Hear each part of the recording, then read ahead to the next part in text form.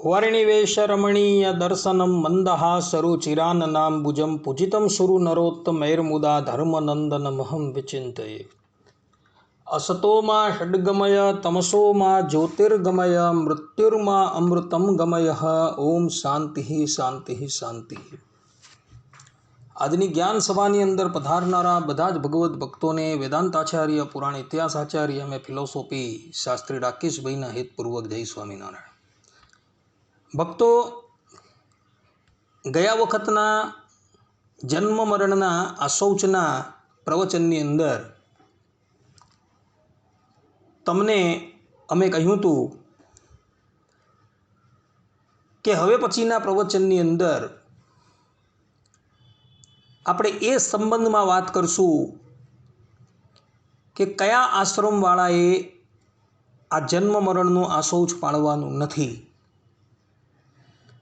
એ બાબતની આપણે ચર્ચા કરવાના હતા। તો આજે આ બાબતની ચર્ચા કરીને આ અંતિમ પ્રવચન જે છે તેને વિરામ આપીએ, અર્થાત કે જન્મ મરણના આશૌચ સંબંધી પ્રવચનને આપણે વિરામ આપશું। ભગવાન સ્વામિનારાયણ સત્સંગી જીવનની અંદર 5મા પ્રકરણના તૃતીય અધ્યાયના 99મા શ્લોકની અંદર, 5મા પ્રકરણના 19મા અધ્યાયના 57 અને 58મા શ્લોકની અંદર સ્પષ્ટ રૂપે કહે છે કે નૈષ્ઠિકાનામ વનસ્થાનામ યતીનામ બ્રહ્મચારીણામ ના આશૌચમ કીર્તિતમ સદ્ભિઃ સાવમ સૌત્યમ ચ સુવ્રત માતુઃ પિતૃર્ગુરોશ્ચેતે નિશમ્ય મરણમ તતઃ કુર્યુઃ સવસનમ સ્નાનમ નતુ અન્યસ્ય કદાચન। અર્થાત કે સબ નિમિત્તનું કે સુતિ નિમિત્તનું એટલે કે જન્મ મરણ સંબંધી જે આશૌચ જે છે તે નૈષ્ઠિક બ્રહ્મચારીઓને, સંન્યાસીઓને, વાનપ્રસ્થીઓને અને ઉપકુર્વાણક વર્ણીઓને એટલે કે વેદાધ્યયન સમાપ્તિ પર્યંત જે બ્રહ્મચર્ય વ્રત ધારણ કરનારો હોય એવો જે ઉપકુર્વાણ બ્રહ્મચારી જે છે તેને મહર્ષિઓએ આશૌચ માન્યું નથી, કિંતુ માતાનું કે પિતાનું કે ગુરુનું મરણ સાંભળીને એમણે વસ્ત્ર સહિત સ્નાન માત્ર કરવું, પણ બીજું કંઈ પણ કરવું નહીં। અહીં ભગવાન સ્વામિનારાયણે સ્પષ્ટ રૂપે કહ્યું છે કે સંન્યાસી એટલે કે સાધુઓ છે જેઓ સંસાર ત્યાગ કરીને જતા રહ્યા છે, વાનપ્રસ્થીઓ કે જેણે ગ્રસ્ત આશ્રમનો ત્યાગ કરીને વનની અંદર રહેવાનું નિશ્ચિત કરેલું છે, અને જે નૈષ્ઠિક બ્રહ્મચારી છે તથા ઉપકુર્વાણ બ્રહ્મચારી છે। અર્થાત નૈષ્ઠિક બ્રહ્મચારી એટલે કે જેણે આજીવન બ્રહ્મચર્ય વ્રત પાળવાનો નિયમ લીધેલો છે, અને ઉપકુર્વાણ બ્રહ્મચારી એટલે જેણે 8 વર્ષની ઉંમરથી વેદાધ્યાન શરૂ કરેલું છે અને વેદાધ્યાન જ્યાં લગીન પૂર્ણ ન થાય ત્યાં લગીનનું બ્રહ્મચર્ય વ્રત પાળવાનું જેણે વ્રત લીધેલું છે, આવા આ 4 જણાને આશૌચ પાળવાનું હોતું નથી। એ લોકોએ કેવલ માતા પિતા કે ગુરુનું મરણ સાંભળીને વસ્ત્ર સહિત કેવલ સ્નાન જ કરવાનું છે, અને આ બાબતનું સમર્થન જે છે એ ધર્મસિંધુકારે પણ ધર્મસિંધુની અંદર ઉત્તરાર્ધની અંદર અથા આશૌચ અપવાદની અંદર કરેલું છે। ત્યાં પણ સ્પષ્ટ રૂપે ધર્મસિંધુકાર કહે છે કે સંન્યાસી તથા બ્રહ્મચારીને સપિંડના જન્મ તથા મરણનો આશૌચ નથી। માતા અને પિતા મૃત થાય તો સંન્યાસી તથા બ્રહ્મચારીએ વસ્ત્ર સહિત સ્નાન માત્ર કરવું, બીજું એણે કંઈ કરવાનું નથી। અને આ જ વાતનું સમર્થન કૃમ પુરાણની અંદર ઉત્તરાર્ધની અંદર 23મા અધ્યાયના 61મા શ્લોકની અંદર ભગવાન કૃષ્ણ દ્વૈપાયન વેદવ્યાસજીએ પણ કરેલું છે। ભગવાન વેદવ્યાસજી કહે છે નૈષ્ઠિકાનામ વનસ્થાનામ યતીનામ બ્રહ્મચારીણામ ના આશૌચમ કીર્તિતમ સદ્ભિઃ પતિ તે ચ તથા મૃતે। અર્થાત કે નૈષ્ઠિક બ્રહ્મચારીઓ, વાનપ્રસ્થો અને સંન્યાસીઓનું સૂતક હોતું નથી, અને તેમને પણ સૂતક હોતું નથી। તેમજ કોઈ પતિત મનુષ્યનું પણ મરણ શૌચ જે છે એ પાળવાનું નથી, અર્થાત કે કોઈ પતિત મનુષ્યનું મરણ થયું હોય તો તેનું પણ સૂતક હોતું નથી. અને આ જ બાબતને નિર્ણય સિંધુકાર કમલાકાર ભટ્ટે નિર્ણય સિંધુની અંદર પરિચ્છેદ 3ની અંદર પણ કહેલી છે અને આ બાબતનું તેમણે સમર્થન કરેલું છે. ધર્મ સિંધુકાર તો ત્યાં સુધી કહે છે ભક્તો કે બ્રહ્મચારીએ માતા પિતા માતામહ આચાર્ય અને ઉપાધ્યાય કરતાં બીજાના સબને ઉપાડવા છતાં તેના વ્રતનો બ્રહ્મચર્ય વ્રતનો લોપ થાય છે તથા તેણે પ્રથમ કહેલી રીતિ પ્રમાણે આસૌજ પાળવાનું છે. અહીં અપવાદ આપેલો છે કે જે વ્યક્તિ આજીવન બ્રહ્મચર્ય વ્રત પાડીને રહેલો હોય તેણે માતા છે પિતા છે માતામહ એટલે પોતાના નાના છે અને આચાર્ય તથા ઉપાધ્યાય એટલે કે વેદની એક શાખાનો પાઠ તમને કરાવતો હોય તે ઉપાધ્યાય. એ સિવાય જો એ અન્ય કોઈ પણ વ્યક્તિ જે છે એ મૃત પામતા તેના સબને જો તે ઉપાડે તો એનો વ્રત જે છે એ ભંગ થઈ જાય છે અને એણે પ્રથમ કહેલી રીત પ્રમાણે આસૌચ એટલે કે 10 દિવસનું આસૌચ જે છે એ પાળવાનું છે અને ત્યારબાદ એ બ્રહ્મચારીએ કૃચ્છ પ્રાયશ્ચિત તથા પુનઃ ઉપનયન સંસ્કાર કરવાના છે. એટલે બ્રહ્મચારી જે છે તેણે ખાસ ધ્યાન રાખવાનું છે. એણે કેવલ એના માતા છે પિતા છે નાના છે અને આચાર્ય છે એના જ સબને ઉપાડવાનું છે. ઇતર કોઈના સબને એણે ઉપાડવાનું નથી ને કદાચ જો એ અજાણતાથી કે જાણી જોઈને એ સબને ઉપાડી પણ દઈને તો એણે 10 દિવસનું આસૌચ પાળવાનું છે અને એના પ્રાયશ્ચિત રૂપે કૃચ્છ વ્રત કરવાનું છે અને પોતાનો ઉપનયન સંસ્કાર જે છે એણે પાછો કરવાનો છે. આ પ્રમાણેનો નિર્ણય ધર્મ સિંધુકારે કરેલો છે. ધર્મ સિંધુકાર અગાડી કહે છે કે પિતા ઇત્યાદિનું સબ ઉપાડ્યું હોય તો પણ બ્રહ્મચારીએ સૂતકીનું અન્ન ભક્ષણ કરવું નહીં તથા તેનો સ્પર્શ પણ કરવો નહીં. એ આ શૌચમાં પણ નિત્ય કર્મનો ક્યારેય પણ લોપ ન કરે. અર્થાત કે જે વ્યક્તિ આજીવન બ્રહ્મચર્ય વ્રત રાખીને બેઠેલો હોય તથા જે વ્યક્તિ ઉપકુર્વાણ બ્રહ્મચારી હોય છે તેણે માતા પિતા મૃત્યુ પામે આચાર્ય મૃત્યુ પામે અને એ લોકોનું એણે સબ ઉપાડેલું હોય પરંતુ એ વ્યક્તિઓનું આસૌચ તો એ બ્રહ્મચારીને લાગતું નથી પરંતુ એ જો એનું અન્ન ભક્ષણ કરી લે તો આસૌચ લાગે. એટલે બ્રહ્મચારીએ ક્યારેય પણ માતા છે પિતા છે આચાર્ય છે અને માતામહ છે એના મૃત્યુની અંદર એ લોકોના ઘરનું અન્ન ભક્ષણ કરવું નહીં. જુઓ ભગવાન સ્વામિનારાયણના જીવનનો એક પ્રસંગ છે. ભગવાન સ્વામિનારાયણ આજીવન બ્રહ્મચારી હતા અને જ્યારે ભગવાન સ્વામિનારાયણની ઉંમર 11 વર્ષની હતી અને એમના પિતા અક્ષરવાસી થયા, એમના માતૃ જે છે તે પણ અક્ષરવાસી થયા ત્યારે ભગવાન સ્વામિનારાયણે આસૌચ પાડ્યું નથી કારણ કે એ બ્રહ્મચર્ય આશ્રમમાં હતા. અને એ દિવસે જોજો સત્સંગી જીવનનું પ્રથમ પ્રકરણ કાઢીને તમે વાંચજો કે ભગવાન સ્વામિનારાયણે પોતાના હાથે રસોઈ બનાવી છે એ શાલિગ્રામને અર્પણ કરી છે અને પછી એ અન્ન જે છે એ ગ્રહણ કરેલું છે.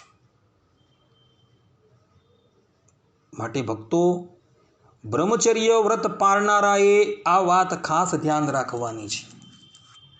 એને માતા છે પિતા છે ગુરુ છે અને માતામહ છે એનું સબ ઉપાડવાનું. ન ઉપાડો તો પણ કંઈ વાંધો નહીં ને કદાચ ઉપાડ્યું હોય પરંતુ એનું અન્ન જે છે એ એણે ભક્ષણ કરવાનું નથી. એણે જો અન્ન ભક્ષણ કરી દીધું હોય તો તેને આસૌચ લાગી જાય છે. તો એવા એ બ્રહ્મચારીએ પોતાના હાથે રસોઈ બનાવીની છે અને ઠાકોરજીને અર્પણ કરીને પછી ભોગ લગાવવાનો છે. ને આ સૂતક દરમિયાન ધર્મસિંધુકાર કહે છે કે એણે એના નિત્ય કર્મ જે છે, સ્નાનમ સંધ્યામ ચ ગાયત્રી જપમ શ્રી વિષ્ણુ પૂજનમ અકૃત્વા વૈશ્વદેવમ ચ કર્તવ્યમ નહીં ભોજનમ, જે આ પ્રમાણેની શાસ્ત્રોકારોએ આજ્ઞા કરેલી છે કે બ્રહ્મચારી હોય તેણે નિત્ય સ્નાન કરવાનું છે, ત્રિકાલ સ્નાન, ત્રિકાલ સંધ્યા, વૈશ્વદેવ છે, વિષ્ણુની પૂજા ઇત્યાદિક જે 6 કર્મો કરવાના કહેલા છે એ કર્મનો એણે લોપ નથી કરવાનો. એ કર્મ તો એણે સતત કરતા જ રહેવાનું છે. ભલે એના ઘરે આ શૌચ આવેલું હોય તો પણ એણે એ કર્મ કરવાના છે. આ વાત ધર્મસિંધુની અંદર પરિચ્છેદ 3ની અંદર ઉત્તરાર્ધની અંદર અથ નિર્હણે એની અંદર ધર્મસિંધુકારે ભક્તો કહેલી છે. અને બીજા બધા મહર્ષિઓએ પણ આ બાબતનું સમર્થન કરેલું છે. નિર્ણય સિંધુકાર કમલાકાંત ભટ્ટે પણ નિર્ણય સિંધુ પરિચ્છેદ 3માં આ બાબતનું સમર્થન કરેલું છે. ભગવાન સ્વામિનારાયણે પણ આ બાબતનું સમર્થન સત્સંગી જીવનના 5મા પ્રકરણના 51મા અધ્યાયના 44મા શ્લોકની અંદર કરેલું છે. ભગવાન સ્વામિનારાયણ કહે છે કે નૈષ્ટિક વર્ણી જેણે જન્મ આપ્યો હોય એવા માતા પિતા, જેમણે ષડંગ વેદ ભણાવ્યો હોય એવા ઉપાધ્યાય, જેણે બ્રહ્મ વિદ્યા આપી હોય એવા ગુરુ, અને જે ગુરુભાઈ હોય, આટલા થકી અન્ય સહોદરનું પણ ઔર્ધ્વદૈહિક કર્મ ન જ કરવું. આ લોકોનું ઔર્ધ્વદૈહિક કર્મ જો તમે કરો તો પણ તમારા નિત્ય કર્મ જે છે એ ક્યારેય પણ લોપ કરવાના નથી. કહેવાનું તાત્પર્ય એ છે કે શાસ્ત્રોની અંદર ભગવાન સ્વામિનારાયણે તથા અન્ય જે મહર્ષિઓએ જે કહેલું છે તે અનુસાર બ્રહ્મચારીએ કેવલ માતા છે, પિતા છે, ગુરુ છે, એ લોકોનું જ ઔર્ધ્વદૈહિક કર્મ કરવાનું છે. બીજા કોઈનું પણ ઔર્ધ્વદૈહિક કર્મ કરવાનું નથી. અને જો એ ઔર્ધ્વદૈહિક કર્મ કરે તો એ પાપનો ભાગીદાર બને છે. એણે એનું ઉપનયન સંસ્કાર જે છે એ પાછા કરવાના છે, અને એણે એના પ્રાયશ્ચિત રૂપે કૃચ્છ વ્રત કરવાનું છે. અને માતા પિતા, ગુરુભાઈ છે, ઉપાધ્યાય છે, એનું ઔર્ધ્વદૈહિક કર્મ કરવા છતાં પણ ભગવાન સ્વામિનારાયણ અને ધર્મસિંધુકાર, નિર્ણય સિંધુકાર કહે છે કે એણે પોતાના નિત્ય કર્મ જે છે એ લોપ નથી કરવાના. નિત્ય કર્મ તો એણે કરતા જ રહેવાના છે. ભગવાન સ્વામિનારાયણે પણ એ જ પ્રમાણે કરેલું હતું. ભક્તો, આ વાત સત્સંગી જીવનની અંદર સ્પષ્ટ રૂપે લખેલી છે. સત્સંગી જીવનની અંદર 1:40-48ની અંદર ધર્મદેવ અને ભક્તિ માતા જે છે એ અક્ષરવાસી થયા બાદ અને એમનું ઔર્ધ્વદૈહિક કર્મ કર્યા બાદ ભગવાન સ્વામિનારાયણે સ્નાન ઇત્યાદિ કર્યું અને પોતાના વરદ હસ્તે રસોઈ બનાવી અને ઠાકોરજીને નૈવેદ્ય ધર્યું અને પછી એ સિદ્ધ પ્રસાદી ગ્રહણ કરેલી હતી. આ વાત લખેલી છે ભક્તો. કારણ કે નૈષ્ટિક બ્રહ્મચારી જે છે તેની આ જ રીતભાત જે છે એ બતાવવામાં આવેલી છે. સંન્યાસી જે છે, સંન્યાસીને તો કંઈ કરવાનું નથી, કારણ કે એ તો બધા જ કર્મથી બહિષ્કૃત છે. બધા જ કર્મને એણે તિલાંજલિ આપેલી છે અને ગ્રસ્ત આશ્રમનો જ એણે ત્યાગ કરી દીધો છે. અને ગ્રસ્ત આશ્રમનો ત્યાગ કરી દીધો હોવાથી એણે માતા છે, પિતા છે, ગુરુ છે, આચાર્ય છે, એના મરણની અંદર અશૌચ પણ નથી પાળવાનું. કેવલ સ્નાન કરીને એણે પોતાની શુદ્ધતા કરી લેવાની છે. ભક્તો, આ નિર્ણય જે છે એ ખાસ ધ્યાન રાખજો. જે ઘરમાં રહીને નૈષ્ટિક બ્રહ્મચારી રહે છે એણે પણ આ જ નિયમ પ્રમાણે રહેવાનું છે. એના માતૃશ્રી, પિતૃચરણ, એના ગુરુ, એના આચાર્ય કે ગુરુભાઈ ભગવત ધામ પધારે અને ઔર્ધ્વદૈહિક કર્મ એણે કરેલું હોય તો પણ એણે પોતાના નિત્ય કર્મોનો ભંગ કરવાનો નથી. ઘરમાં રહ્યો હોય અને જો કદાચ એ સૂતકી વ્યક્તિના હાથનું અન્ન ગ્રહણ કરી લે, જલ ગ્રહણ કરી લે, તો પછી એને પરિપૂર્ણ રૂપે આ શૌચ લાગી જાય છે. માટે નૈષ્ટિક બ્રહ્મચારી જે છે, આ જીવન બ્રહ્મચર્ય વ્રત પાડીને જે ઘરની અંદર રહ્યા છે તે લોકોએ આ ખાસ ધ્યાન રાખવાનું છે. જો એ બીજા ભાઈઓ હોય અને બીજા ભાઈઓના હાથે ઓર્ધ્વદૈહિક ક્રિયા કરાવવી શક્ય હોય તો એના હાથે કરાવી દેવી, પરંતુ ઘરની અંદર એક જ પુત્ર હોય ને એ પણ આજીવન નૈષ્ઠિક બ્રહ્મચારી રહ્યો હોય તો એણે એના માતા છે, પિતા છે, એનું ઓર્ધ્વદૈહિક કર્મ જે છે, પ્રેત સંસ્કાર જે છે એ અવશ્ય કરવા, અને એ સંસ્કાર કરતા થકા પણ એણે પોતાના નિત્યકર્મ જે છે, સ્નાન છે, સંધ્યા છે, ગાયત્રી જપ છે, વિષ્ણુ પૂજન છે, વૈશ્વદેવ છે ઇત્યાદિક તો ક્યારેય લોપ કરવા જ નહીં. એણે એ કર્મ જે છે એ ચાલુ જ રાખવા, કારણ કે ધર્મ સિંધુકાર, નિર્ણય સિંધુકાર ભગવાન સ્વામિનારાયણ તથા ઇતર મહર્ષિઓએ એને એ કર્મ કરવાની છૂટ આપેલી છે. માટે આ શૌચની અંદર પણ નૈષ્ઠિક બ્રહ્મચારીએ આ કર્મનો લોપ કરવાનો નથી. પણ ક્યારે એણે એ ઘરનું અન્ન ગ્રહણ ન કરેલું હોય ત્યારે. પરંતુ જો અન્ન ગ્રહણ કરી લીધું તો પછી એને સૂતક લાગે. કોઈ કહે કે ભાઈ અમે તો આજીવન બ્રહ્મચારી છે, પરંતુ અમારા ઘરની અંદર આ શૌચ આવ્યું તો અમારે બીજે અન્ન ગ્રહણ ક્યાં કરવા જવું? તો એને કહેવાનું ભાઈ કે એટલા દિવસ માટે તમારે ફલાહાર કરી લેવાનો. જો તમારા નિત્યકર્મનો તમારે લોપ ન કરવો હોય, ઠાકોરજીના દર્શન તમારે કરવા હોય, ઠાકોરજીની પૂજા કરવી હોય, તો તમારે એટલું કર્મ તો કરવું જ જોઈએ. અર્થાત કે એટલું તો સહન કરવું જ પડશે. એ વ્યક્તિએ ફલાહાર કરી લેવો, અથવા તો અન્ય કોઈ સદગ્રહસ્થ હોય, ભગવાનના ભક્તો હોય, એના ઘરે જઈને અન્ન ગ્રહણ કરી લેવું. આ પ્રમાણેનો નિર્ણય જે છે એ મહાપુરુષોએ કરેલો છે અને સદાચારીઓએ આ પ્રમાણેનું આચરણ કરેલું છે. માટે ભક્તો, આ પ્રમાણે તમે લોકો આ આશૌચનો નિર્ણય જે છે એ આત્મસાત કરી લેજો, અને જીવનની અંદર જ્યારે પણ એવી પરિસ્થિતિ ઉપસ્થિત થાય ત્યારે આ આત્મસાત કરેલી વાક્યો જે છે એને તમે વિચારી લેજો અને એ પ્રમાણે તમે ધર્મનો નિર્ણય કરજો, જેથી કરીને તમે પાપના ભાગીદાર ન થશો. આટલું કહીને હું મારી વાણીને વિરામ આપું છું. અહીં આશૌચના પ્રવચનો જે છે એ બધા પૂર્ણ થઈ જાય છે. સર્વે સંતુ નિરામયઃ, સર્વે સુખીનો ભવંતુ, સર્વે ભદ્રાણી પશ્યંતુ, મા કશ્ચિદ દુઃખ ભાગ ભવેત અસ્તુ.